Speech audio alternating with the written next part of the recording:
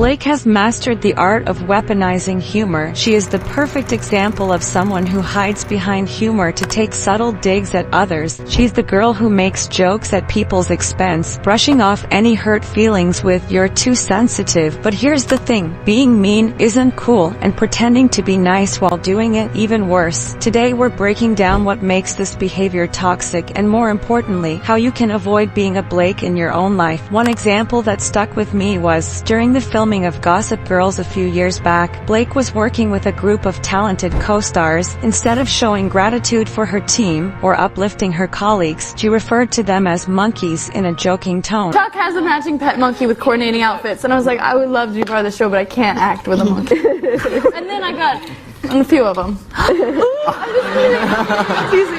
She got a few of them. Come on, it was a joke. And while she may have laughed it off, the comment was hurtful, unprofessional, and frankly, shocking. Imagine working hard alongside someone who then reduces you to a joke like that. The layers of disrespect are astounding, but here's the thing, because Blake is who she is, an A-list actress with a polished public image, she faced little backlash. It was brushed under the rug, like so many of her other questionable remarks. Tell me the impetus of why you didn't bring the present. I wasn't sure what you'd be craving. What are you craving? No, not about craving. I'm a normal human being. I eat food. I like food. This moment isn't just about one offensive comment. It's a pattern that reflects how people like Blake feel comfortable making others the butt of their jokes, knowing they likely won't face real consequences. This reminds me of a girl I knew in high school. Let's call her Emma. Emma was always cracking jokes about people's insecurities. If someone struggled with public speaking, she'd say, "You're so brave for getting up there with that shaky voice," and then laugh as if it were the funniest thing ever. She acted like it was all in good fun, but we all knew her jokes were designed to embarrass others while making her look better. Doesn't that sound familiar? Blake gives off that same energy. It's all fun and games until you realize the joke is always at someone else's expense. Let's talk about why this type of humor is a problem. On the surface it might seem harmless. It's just a joke, right?